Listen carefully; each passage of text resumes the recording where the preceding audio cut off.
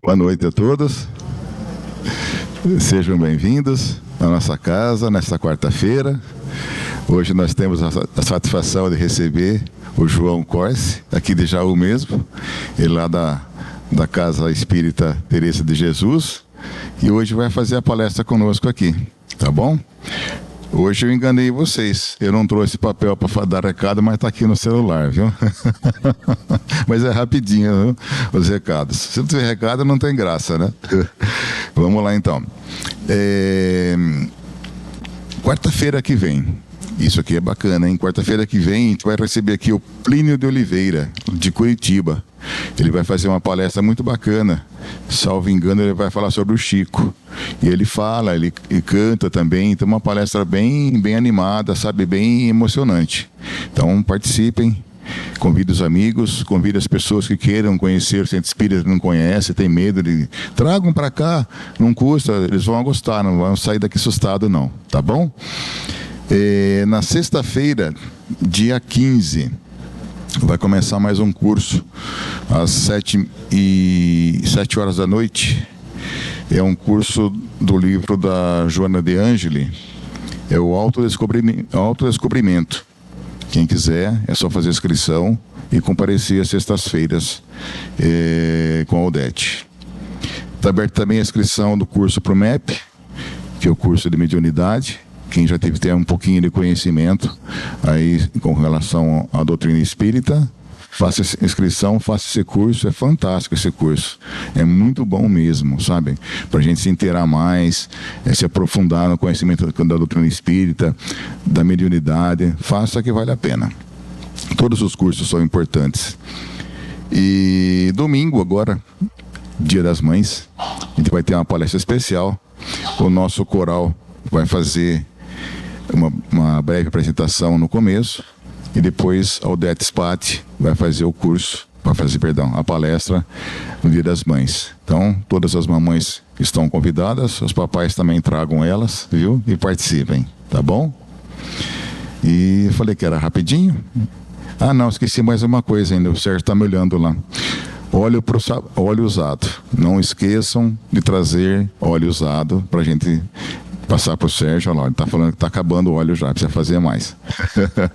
Tragam óleo usado para a gente fazer o sabão e depois vocês compram o sabão e levam para casa. Ajuda 2 vezes o centro, trazendo o óleo usado, não jogando na natureza, né?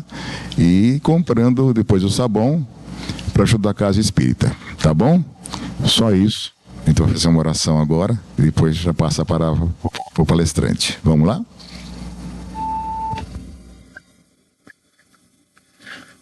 Vamos então juntos nesse momento, acalmando nossos corações, elevando nossos pensamentos ao alto, agradecendo sempre a Deus, nosso Pai, a Jesus, o nosso Mestre, por estarmos aqui hoje reunidos para o estudo da doutrina espírita, para o estudo do Evangelho de Jesus. Que essas lições, que esses ensinamentos possam ser a base da nossa evolução moral e espiritual, e que possamos aplicá-las em nossa família, em nossa casa, em nosso trabalho e em nossa vida em geral. E assim, com a voz do coração, oremos a oração que Jesus nos ensinou. Pai nosso, que estais nos céus.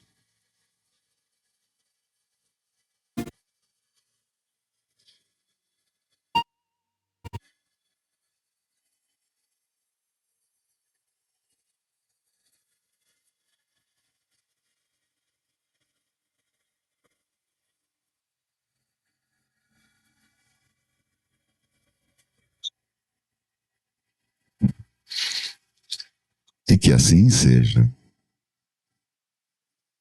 Muito bem. João, a palavra é sua.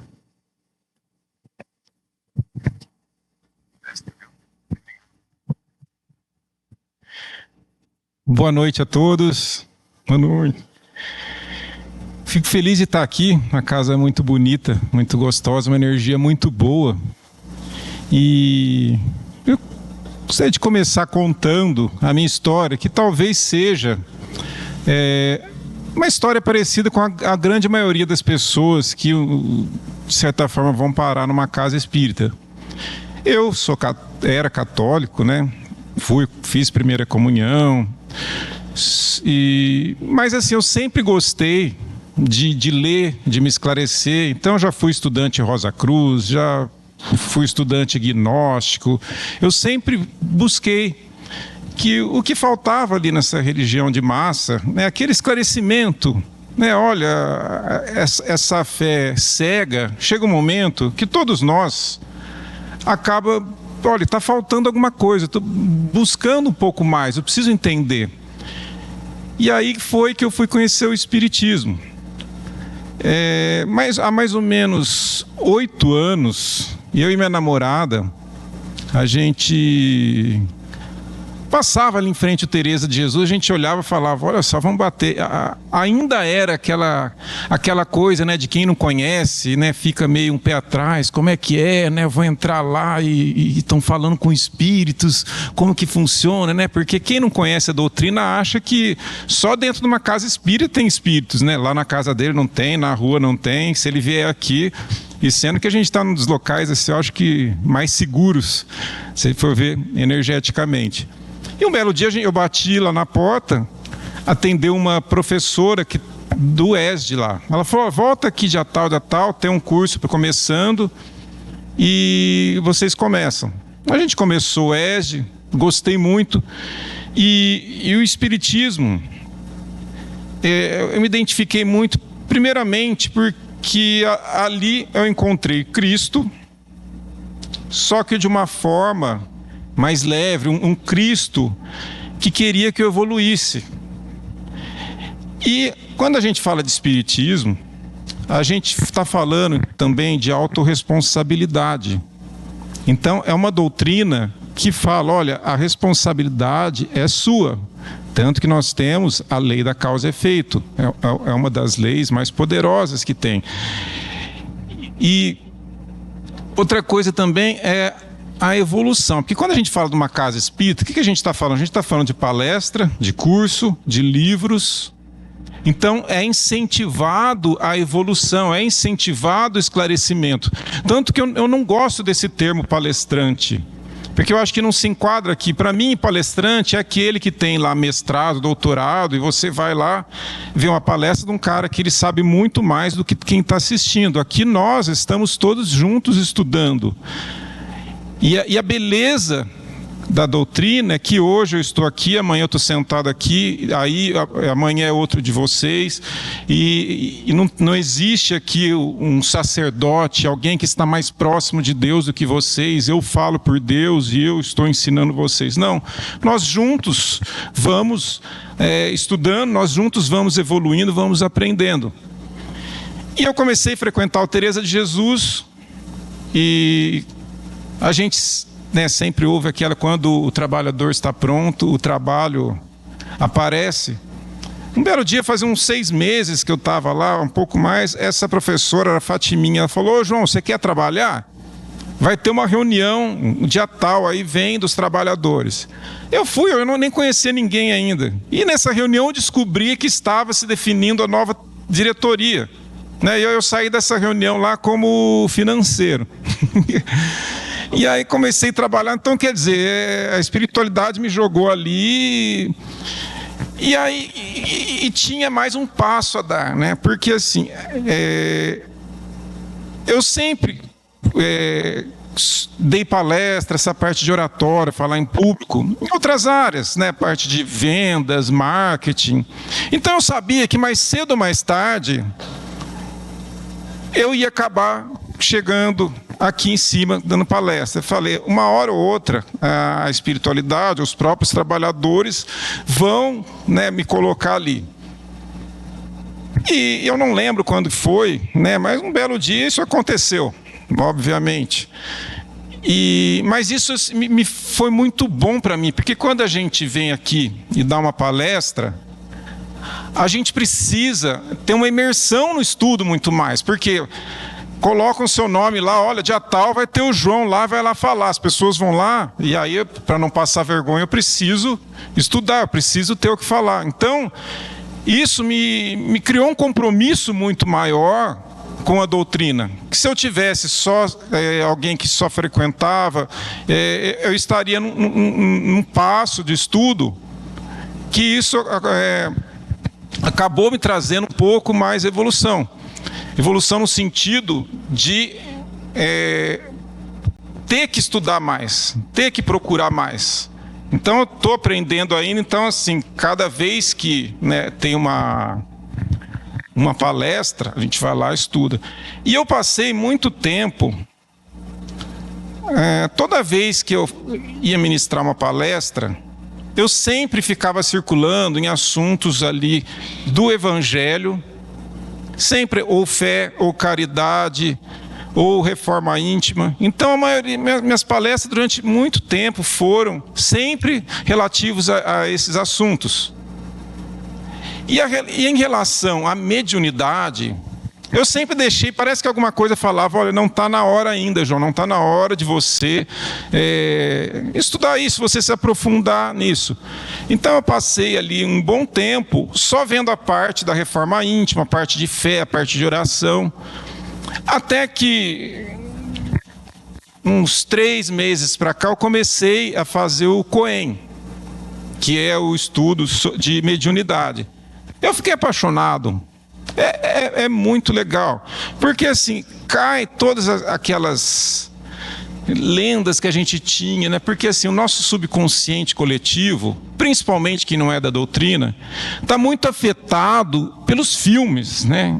Então as pessoas acham que vai ser aquela coisa, filme de terror, né? E o espírito é aquela velha, né, derretendo, feia, correndo atrás, né? E sendo que são seres humanos como nós, somos nós mesmos, só que já desencarnados, que precisam de ajuda. Então, da parte da caridade da doutrina espírita é justamente também ajudar os desencarnados. Então, hoje eu escolhi um assunto que fale um pouco mais de mediunidade, mas de uma forma leve, derrubando alguns tabus, e não entrar na mediunidade profundamente. Quando a gente fala de mediunidade, né, a gente precisa desmistificar essas crenças, né? Existe assim muito crença no extraordinário, naquele fenômeno, e não é isso. O que a gente sabe? Que mediunidade todo mundo tem de alguma forma, né, devido a uma glândula que a gente tem aqui, que já cientificamente já foi comprovada, chamada glândula pineal. Essa glândula pineal é como se fosse a nossa anteninha de Wi-Fi. Umas estão um pouco mais fortes, outras não.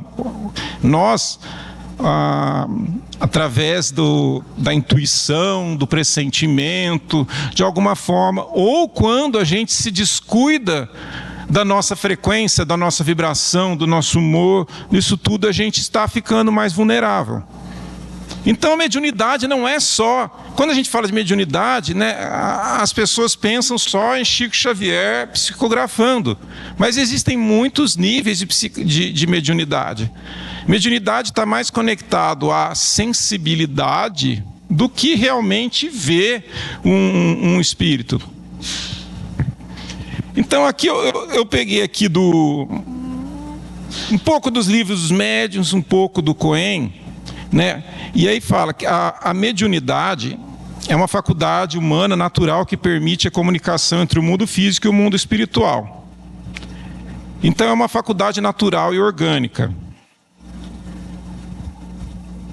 E a mediunidade, ela é moralmente neutra. Ou seja, você pode usar para o bem, pode usar para o mal. É como uma faca. A faca ela não é nem do bem nem do mal. A faca ela pode ser usada para fazer comida para muitas pessoas ou pode ser usada para ferir. Então a mediunidade envolve então conhecimento, o estudo, o preparo, quem vai trabalhar com mediunidade, exige tudo isso para que seja feito um trabalho sério e não uma brincadeira, uma curiosidade. Antigamente, dizem que os centros espíritas faziam reuniões mediúnicas e era aberto ao público. Então, assim, o pessoal ia lá por curiosidade, para ver um showzinho, né? E aí tirava a seriedade do que estava acontecendo. Os efeitos, fenômenos mediúnicos, eles podem ser materiais físicos ou intelectuais e subjetivos. Então, quando a gente fala de material, é materialização, transfiguração. Transfiguração, vou falar um pouco mais para frente. O transporte e levitação. Então, uma materialização, aqueles médiums que mexem na cesta de algodão lá, tiram alguma coisa. Então, a gente vê que mediunidade não necessariamente está em conversar com o espírito. Nesse caso, por exemplo, da materialização, da transfiguração, do transporte, não tem necessariamente um espírito, né? O outro é o intelectual subjetivo, que é intuição, vidência, audiência, desdobramento, psicometria, psicografia, psicofonia. Então a gente vê uma gama enorme do que é mediunidade. Durante muitos anos, a humanidade, né, sempre mistificou muito isso. Então, era bruxa, era feiticeira, era mago, ninguém entendia muito bem o que estava acontecendo, né, era magia. E até que chegou em Kardec. E o Kardec veio para criar um manual sobre isso. Mas voltando sobre toda a história da humanidade, a gente vê, por exemplo, no Egito Antigo. No Egito Antigo existiam as escolas de mistérios. Então existiam os sacerdotes que eles se trancavam em templos com os seus alunos. Geralmente esses alunos eram os filhos do faraó, filhos de nobres. E eles ensinavam sobre, né, o mundo sobrenatural. A mesma coisa que a gente vem aqui fazer hoje em dia num curso, numa palestra, é falar sobre o mundo sensível, sobrenatural, sobre mediunidade, sobre a nossa evolução. Tem outro exemplo na Grécia Antiga. Lá existia o templo de Delfos. E nesse templo de Delfos existiam as pitonisas. As pitonisas eram umas mulheres que elas entravam em transe e vinha gente de muito longe para falar com essas pitonisas. E elas entravam em transe e nesse transe elas falavam, olha, sobre a plantação, o que vai acontecer, não planta aqui, planta ali, não planta em outubro, planta em novembro, sobre a guerra, o que ia acontecer na guerra. Então elas ajudavam. E essas mulheres em transe nada mais eram do que médiuns. Só que não se entendia, né, o porquê, o funcionamento.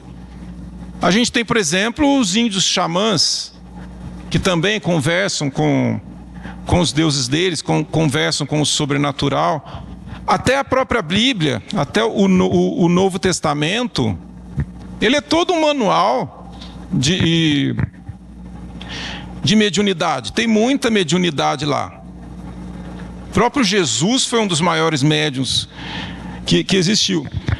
Até que a gente chega, né, no século XIX, na França. E aí foi um momento que a humanidade amadureceu. Então, naquele momento, né, estava-se buscando mais racionalidade, estava-se buscando mais entendimento. E o Espiritismo trouxe luz e razão sobre muita coisa. Então, naquele momento, tudo estava fervendo, existiam uma mania das mesas giratórias, né, mesas levitando. Aquilo lá estava em alta na França, mas a maioria ia porque achava curioso, tinha charlatões, faziam brincadeiras, então fazia showzinho. Então estava em alta. Até que veio Kardec, como nós sabemos, conhecemos a história, né? Ele foi convidado a fazer experiência, a ele entender esse fenômeno. Ele começou cético, mas depois ele conseguiu entender que ali existia uma inteligência. E aí ele foi lá e codificou isso, criou um manual, tanto no livro dos Espíritos quanto no livro dos Médiuns, de o que é e como fazer. Então, existe uma lógica no início do livro dos Médiuns, muito interessante. Quando você vê lá a introdução do livro dos Médiuns, né, ela é inteira ali argumentando, assim, são argumentos muito legais, né, muito interessantes, muito sólidos. Como, por exemplo, ele fala lá, olha, tem gente que fala que isso não é possível porque a ciência não comprovou. Daí ele fala assim, mas o que é ciência? Até onde a ciência chegou? A ciência já é conclusa? A ciência já chegou no seu máximo? A gente já sabe tudo? Ou a gente tem ainda muito para entender? Como, por exemplo, existem a energia magnética. Existe, quando você coloca dois ímãs um com o outro, a gente sente um poder ali. A gente sente que existe uma energia poderosa ali. Será que não existe mais muita coisa no universo que a gente ainda não entende, que a gente ainda não sabe?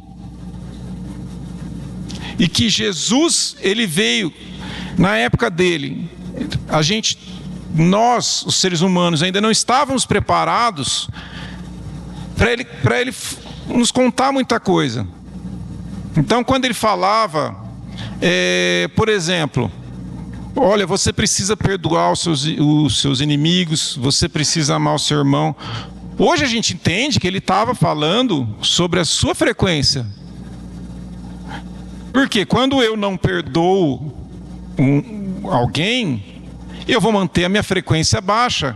A minha vibração vai estar baixa. Não adianta eu orar, ajoelhar no milho, se eu estou em conflito com alguém, se eu estou com raiva, se eu tenho mágoa no coração, a minha frequência vai estar baixa. E a gente sabe as consequências de manter a frequência baixa. A gente sabe o poder do que é vigiar e a nossa mente e o nosso coração, que isso é fundamental. Mas ali ele dá três argumentos, 3 pontos, que é o primeiro ponto. Todo mundo concorda que nós temos uma alma inteligente e imortal. Então nós não somos robôs, não é o nosso cérebro, né? Isso vem do além, tem alguma coisa ali que a mais. O segundo ponto. Todos concordam que o corpo físico morre e a alma continua viva. Todo mundo concorda com isso. Que, por exemplo, você pode falar lá com os católicos, evangélicos, os muçulmanos, você perguntar para ele, o que acontece quando eu morrer? Ah, quando você morrer, você vai para o céu. Daí você fala, tá, mas o que vai para o céu? Ah, minha alma. Então, fala, então você acredita que a gente tem um espírito? Você só não acredita, a gente só não está em acordo para onde ele vai. Mas todo mundo, o muçulmano também, ele acredita que ele vai lá ficar com as virgens, né, as 7 virgens, ou ele vai para o mármore do inferno. Então todos acreditam que a nossa consciência não se desfaz. Existe uma consciência que permanece. E aí o terceiro ponto, ele fala, então por que seria um absurdo se essa consciência tentasse se comunicar com o mundo dos vivos? Se a gente concorda que existe uma consciência, que essa consciência permanece viva, por que seria um absurdo a gente se comunicar? Então, a comunicação com os espíritos não é um milagre, não é algo sobrenatural.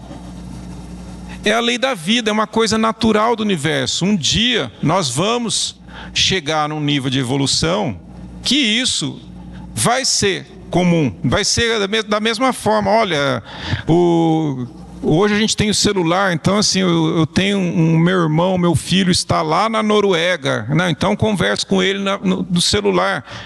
Eu não vejo ele, mas eu sei que ele está lá em algum lugar. Talvez quando um dia a gente vai chegar num ponto que não seja tão absurdo a comunicação. O Kardec, ele trouxe, né, um manual que a gente sabe que não foi, né, nem o Espiritismo e nem Kardec que inventou a mediunidade. Isso já vem, como eu estava dizendo, já vem de muito tempo. E o Kardec, ele só transformou isso no manual, como se fosse um smartphone. Olha, você tem esse manual aqui, como que você liga, como que você fala, como que você faz para não ter spam, para não entrar nenhum hacker. Você tem que fazer esse protocolo aqui, esse padrão, é assim que faz. Então ele trouxe essa seriedade e o conhecimento para que a gente faça tudo isso. Bom, o Novo Testamento é um vasto e belíssimo tratado de mediunidade e relações com o mundo espiritual. Então, tem uma passagem que é a passagem da transfiguração, que tem um momento que Jesus chama João, Pedro e Tiago para subir com ele no morro, para orar. E chegando lá, Jesus materializa ali na frente dele Moisés e Elias. Então, dois profetas que Moisés tinha vivido 1.200 anos antes, o Elias uns 900 anos antes, e materializaram ali, os apóstolos começaram a ver que Jesus foi ficando branco, começou a brilhar, a roupa dele se transformou, ficou branca, e aí ele conversando com esses dois, e os três ali de testemunha. O que Jesus queria com isso? Por que ele levou os três apóstolos? Primeiro que ele queria mostrar que a vida não termina, a vida continua, existe continuidade. Segundo ponto, ele quis mostrar para eles que logo seria Jesus que deixaria a carne. Então, para que eles ficassem tranquilos que ele continuaria. E o terceiro ponto era para mostrar para eles que não é pecado, não é nada errado que haja essa comunicação com aqueles que já desencarnaram. Então, depois disso, quando eles desceram o monte, chegando lá, veio um pai desesperado e falou para Jesus: Senhor, tem piedade do meu filho, um espírito mau toma conta dele, joga o menino no fogo, joga na água. Eu trouxe ele aos teus discípulos, mas eles não conseguiram curá-lo. Então Jesus vai lá e cura o menino. Depois, mais tarde, os discípulos envergonhados falam: Mestre, mas por que nós não conseguimos expulsar aquele espírito? E a resposta de Jesus, que é uma das maiores aulas sobre o exercício da mediunidade, ele disse: por causa da vossa fé. Mas essa casta de espíritos não sai senão por meio de oração e jejum. Olha só, essa casta de espíritos não sai por meio de oração e jejum. O que ele quis dizer? Primeiro, essa casta de espírito eram espíritos inferiores, espíritos malignos. E o que ele quis dizer por meio de oração e jejum? Oração a gente sabe. O jejum que ele quis dizer ali é a reforma íntima. Então, o médium, quando ele vai fazer um trabalho de mediunidade, ele precisa estar moralmente evoluindo. Ele precisa estar acima desses espíritos. Senão, como é que ele vai ter moral para falar com um espírito maligno, um espírito brincalhão? Se o espírito vai falar: você está falando isso para mim, mas eu sei que você estava no boteco aí, outro dia lá, estava bêbado no boteco, né? Que moral que você tem? Então esse jejum é o trabalho em si mesmo. Se você não está se fortificando moralmente, evoluindo, trabalhando reforma íntima, então isso pro médium é muito forte, porque senão ele não tem força para lidar ali. E eu passo isso até para quem vem dar uma palestra também, é a mesma coisa. Né? O médium seria o que está falando ali com os desencarnados. E quem vem dar uma palestra está falando com os encarnados. É a mesma coisa. Né? O João foi lá, falou de reforma íntima, falou de moral, aí estava lá no bairro não sei aonde, bêbado, brigando com os bêbados, com os nóia lá no boteco, né, tudo. Então que moral que vai ter? Então quando o médico ele se propõe a trabalhar, isso exige dele que ele siga o caminho correto.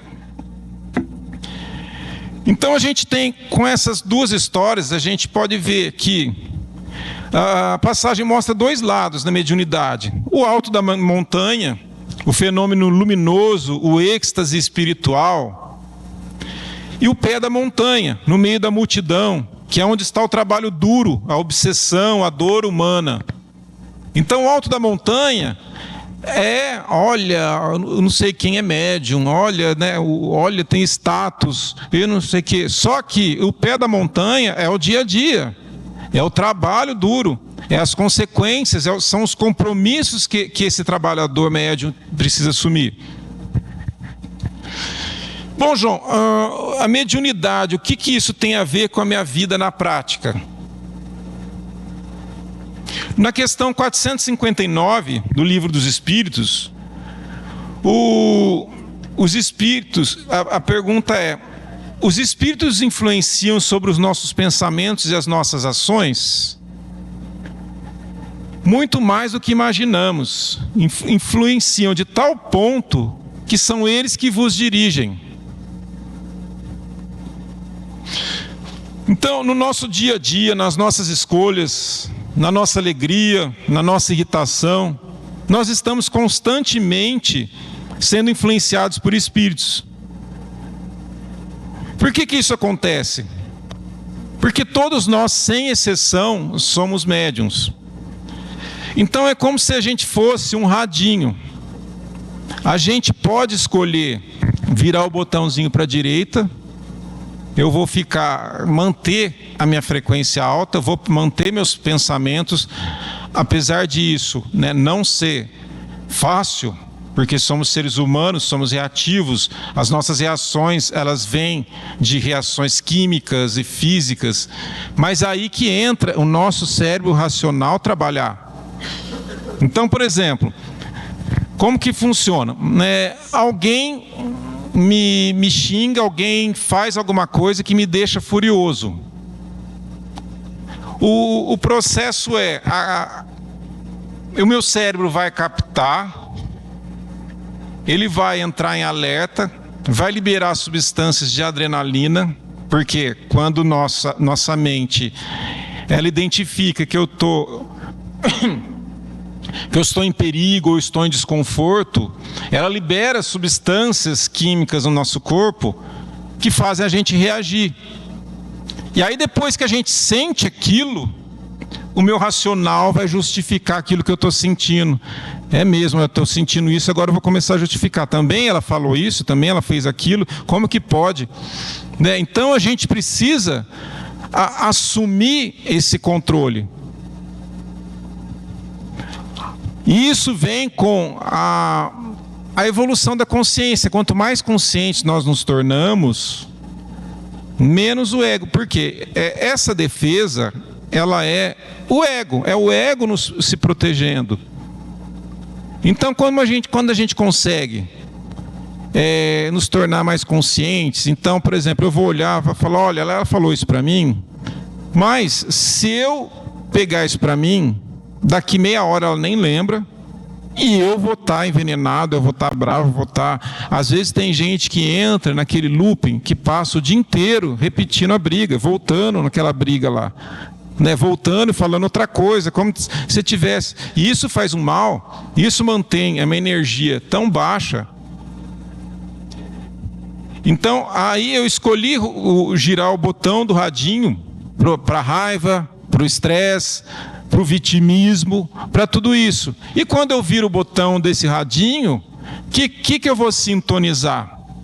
eu vou sintonizar espíritos que estão nessa frequência.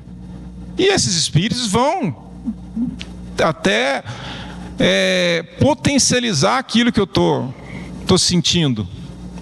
Então, quando a gente fala do vigiai, é justamente isso. É o que eu penso, é o que eu sinto. Eu trabalhar isso. E eu posso girar o botão do radinho para o outro lado.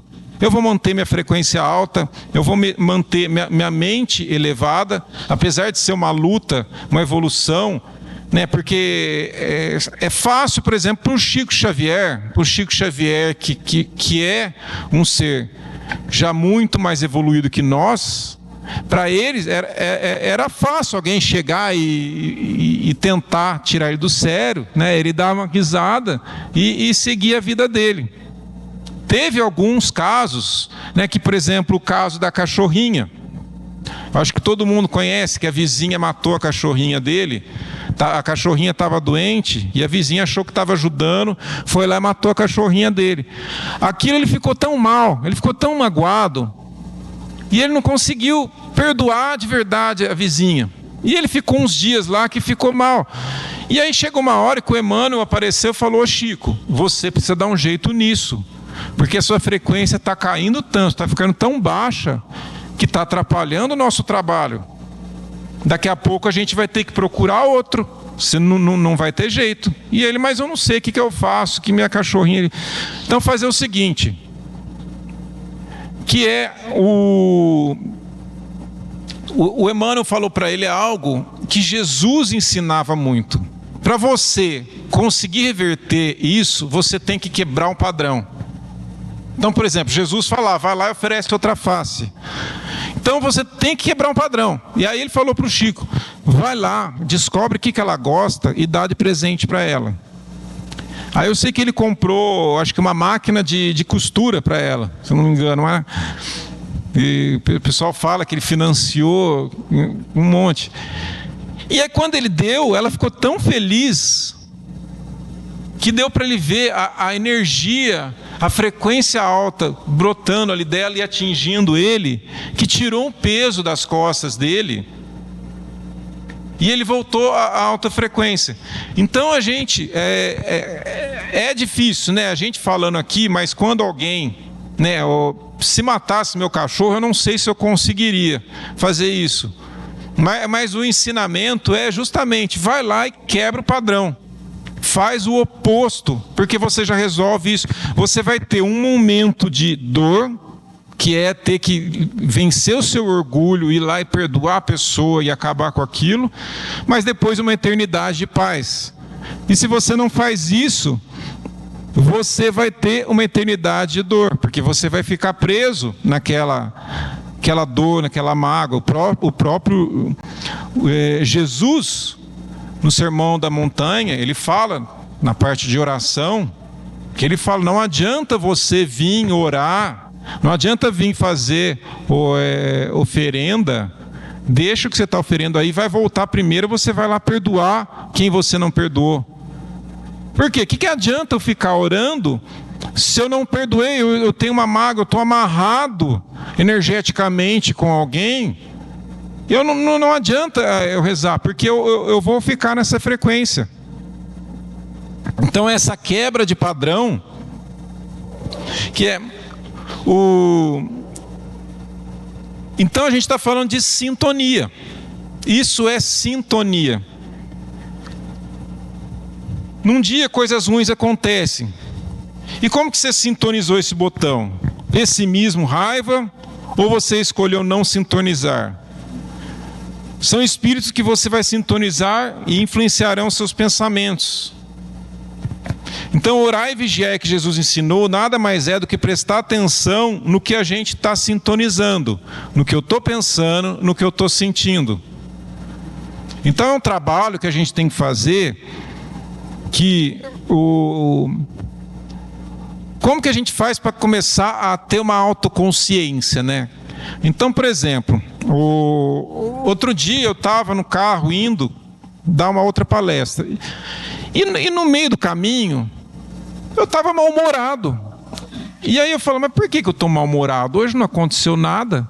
Por que eu estou me sentindo assim? Eu passei no posto, nem falei obrigado pro cara.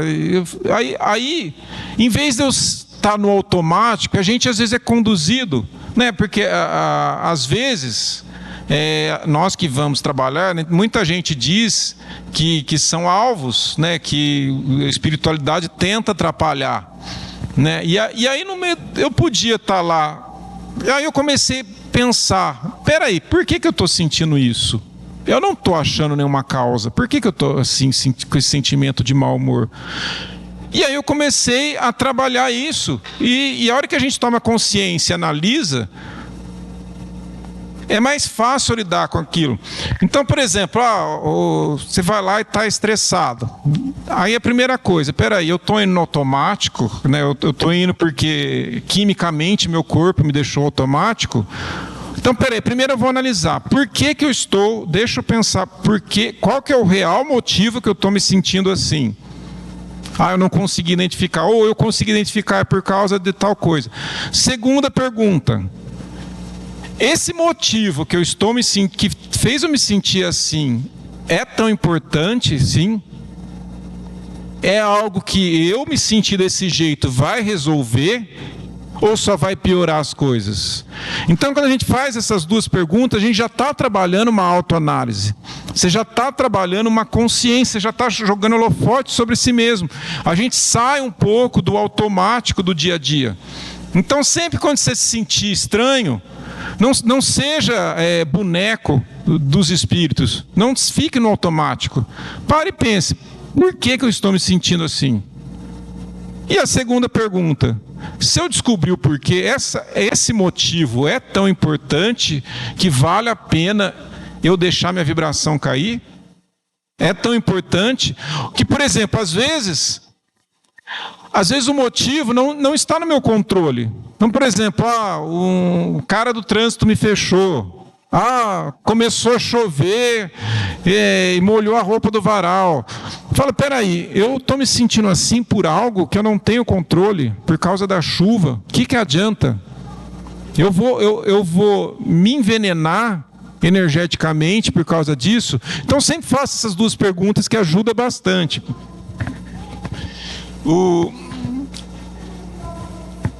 Muita gente acha, né, que o médium, ele tem poderes, ele é uma pessoa privilegiada.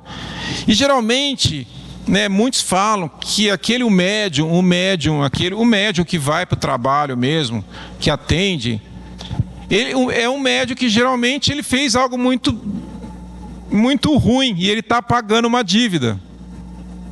Então muita gente acha: olha, ele é privilegiado, como ele é médium, ele vai, né, pedir para os espíritos ajudar ele alguma coisa, vai pedir para me ajuda os números da loteria, né?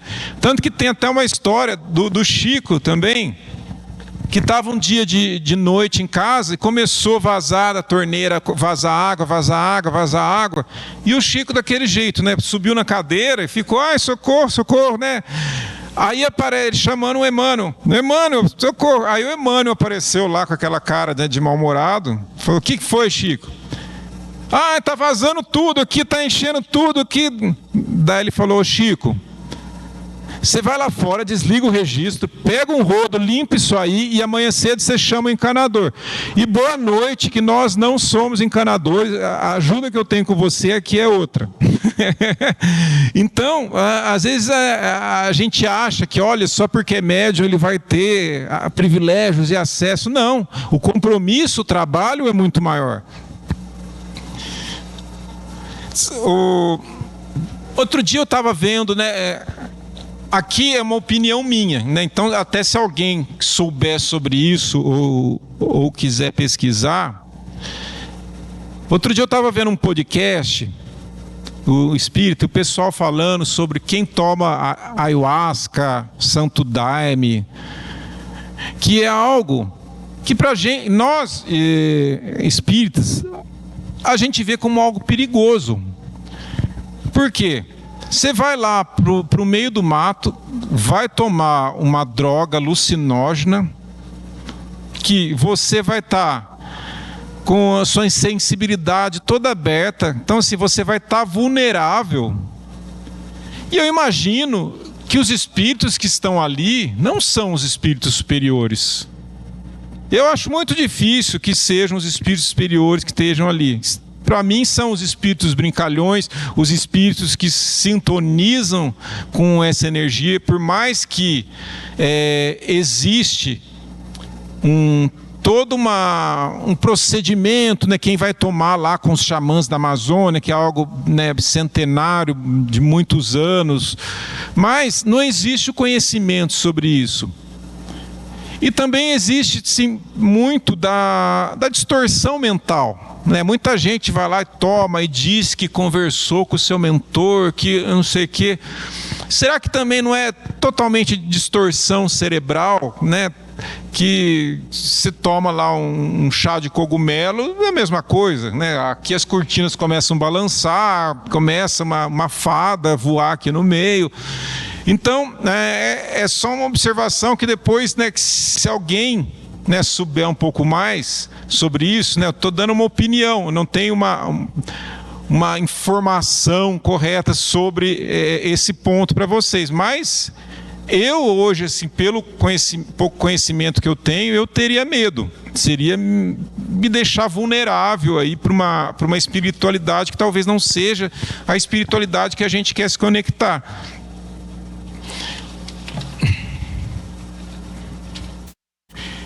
Então, como que eu faço para manter esse rádio sintonizado na luz o tempo todo? Como é que eu educo minha mediunidade, seja ela ostensiva ou só minha intuição do dia a dia? O Chico, né, ele fala que a mediunidade é apenas uma ferramenta. A gente falou que depende da intenção. Então, no começo, quando o Chico estava começando, quando ele conheceu o Emmanuel, ele estava embaixo de uma árvore, e aí ele perguntou para o Emmanuel: ô Emmanuel, para eu cumprir essa missão que eu tenho com vocês, né, o que eu preciso fazer para que dê certo? Aí o Emmanuel falou para ele: você precisa de 3 coisas, Chico. Ele falou: qual que é a primeira? Ele falou: disciplina. E ele, a segunda? Disciplina. E a terceira? Disciplina. Então, quando a gente fala de trabalho, é a disciplina moral, né? A constância do bem. É justamente fazer o que eu falei para vocês aí, tá trabalhando, me blindando de sentimentos ruins, me blindando de pensamentos ruins, tá trabalhando essa moral o tempo todo, porque nós somos humanos, a gente cai, a gente escorrega, e então essa disciplina, o que é? Escorreguei, opa, levanta, continua. Escorreguei, opa, levanta, continua. Isso é evolução. Evolução não é assim: eu vou acordar amanhã brilhando, reluzente, porque agora eu sou um espírito superior. Não, evolução, a gente está aqui porque é um centímetro por centímetro, é passo a passo, é enfrentando os problemas, é enfrentando pessoas difíceis, é aqui que está a evolução. Não é o monge que senta sozinho na montanha para meditar. Isso não tem evolução nenhuma, né? Isso aí é lazer, vou ficar lá meditando em paz. A evolução está aqui, nos nossos desafios, nas nossas provas, nas nossas expiações.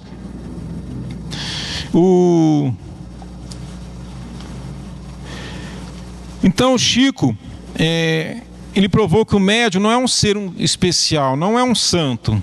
Às vezes é um espírito muito endividado do passado, que recebe essa sensibilidade ampliada como uma chance de trabalhar, de servir e de quitar suas dívidas.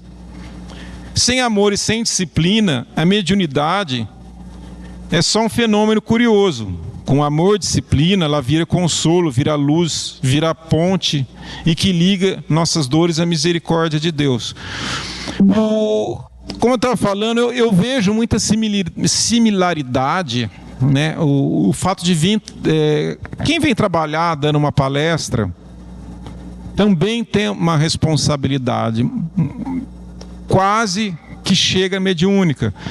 Por exemplo, tem uma história do Divaldo, quando ele começou a dar palestras, ele era muito certinho, sabe? Então ele sempre levava uma colinha, né? Igual eu. Então ele ia lá, preparava, estudava, fazia palestra certinho, e para ir dar a palestra, seguir o roteiro dele. Aí um dia ele foi dar a palestra, ele tinha feito uma palestra maravilhosa sobre a pluralidade dos mundos, ia falar, e aí chegou lá, a mentora dele falou: ô Divaldo, hoje você não vai falar isso, você vai falar sobre perdão. Ele: mas como? Eu nem me preparei, né? Eu estou preparado para dar essa palestra aqui, como que eu vou Não, começa lá que a gente te ajuda. E aí ele foi, deu uma palestra maravilhosa sobre perdão, e no final, uma senhora procurou ele e falou: olha, Divaldo, quero te agradecer, porque eu já não tinha mais saída, eu ia tirar a minha vida. Eu só passei aqui hoje como uma despedida para ganhar um tempo, mas eu ia tirar minha vida. E tudo que você falou aí me ajudou muito, então eu quero agradecer. E o interessante é que, assim, eu acredito que todo palestrante tem uma história parecida. Eu tenho também, né? Uma vez lá no Teresa de Jesus, eu estava dando uma palestra que não tinha nada a ver, talvez, acho que era caridade, alguma coisa lá. E no meio do caminho, eu fui para o lado do suicídio. Não sei porquê, falei um monte. E no final da palestra, veio um moço falar comigo, um menino aí de uns 16, 17 anos, veio, né, conversar comigo. Na época eu tinha falado, né, sobre frequências que a gente consome. Então, por exemplo, o tipo de música que a gente consome, o tipo de filmes que a gente assiste, tudo isso influencia na nossa vibração. E aí ele veio: não, eu gosto de Guns N' Roses, o que você acha, não sei o que, ficou conversando comigo ali. E depois, uma senhora lá que trabalhadora do centro, veio falar: olha, esse menino já tirou a vida aí 2 vezes, já tirou não, né? Tentou tirar a vida 2 vezes. E a mãe dele está aí hoje, e tudo que você falou parece que foi direto para eles. Então, esses momentos ajudam, a gente fica assim, muito realizado, sabe? Porque assim, sempre quando vou dar uma palestra, eu me isolo, começo a orar, peço pelos meus mentores, pelos mentores da casa, falo: olha, a partir de agora eu sou uma ferramenta de Deus. Eu quero que vocês me ajudem, que eu fale tudo que essas pessoas precisam e querem ouvir. Então, nesse momento, estou me entregando como um trabalhador de Deus. E é muito bom, porque assim, eu já dei palestra de muitos outros assuntos, palestras empresariais, palestras de venda, e dar uma palestra espírita é diferente. Aí existe uma certa mediunidade, existe uma ajuda mesmo. Porque assim, por mais que a gente faça um roteiro, no meio da palestra brotam coisas, você vai para um outro caminho que você não tinha programado, brota coisa que você nunca tinha pensado sobre, e às vezes tem caso que o meio da palestra eu nem lembro, eu lembro do começo, eu lembro do final. Então existe uma ajuda. Quando a gente se propõe a trabalhar, se propõe a ajudar, existe uma ajuda, com certeza, né? Tem aqui um pessoal ajudando com passe, colocando palavras. Então é muito satisfatório. Então o propósito da mediunidade, hoje a gente passou por Kardec, Jesus, Chico Xavier, Divaldo. E para que serve a mediunidade? Qual que é o grande propósito de Deus ao permitir que a gente consiga interagir com o mundo espiritual? Não serve para adivinhar o futuro, não serve para trazer números da loteria, curar o corpo físico, vantagens materiais, ou nos fazer parecer superiores aos outros. A mediunidade, na visão espírita, ela tem 2 propósitos.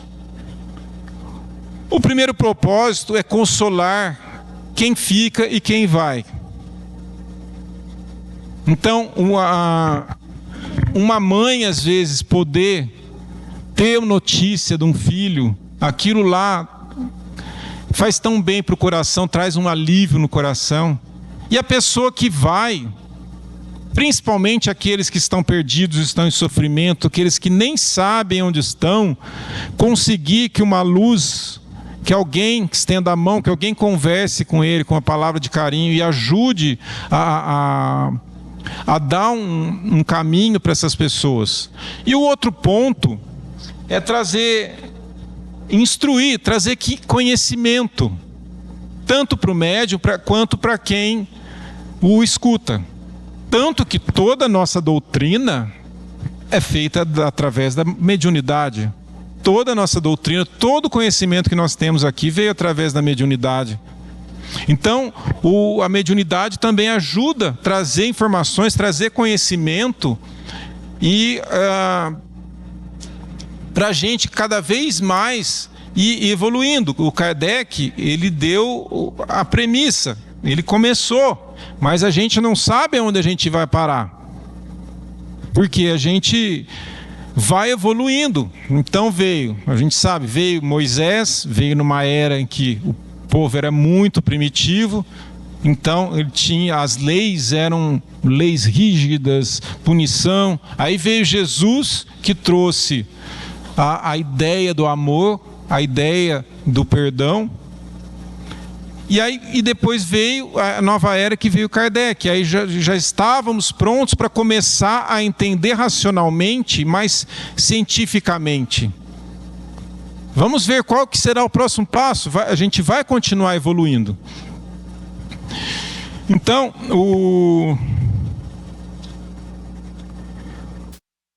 que, por exemplo, assim, a gente estava falando, né, do consolo de quem vai, de quem fica. Tem, né, um caos, quer dizer, esse tipo de história acontecia na vida do Chico todo santo dia, né, de uma mãe que foi lá, ele psicografou a carta da filha, e nessa carta ela falava, né, mãe,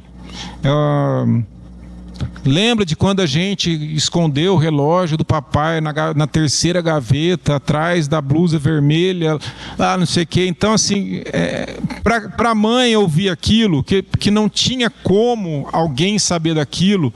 Na época não existia nem Facebook, né? Porque hoje muita gente fala, né? Vai lá pesquisar no Facebook, né? Não existia nada disso. Então, para a mãe, ela vai ficar... Lógico, vai ter saudade da filha, vai sentir falta, mas um pouco mais de paz, de saber que essa consciência está viva, está bem em algum lugar. Que oração.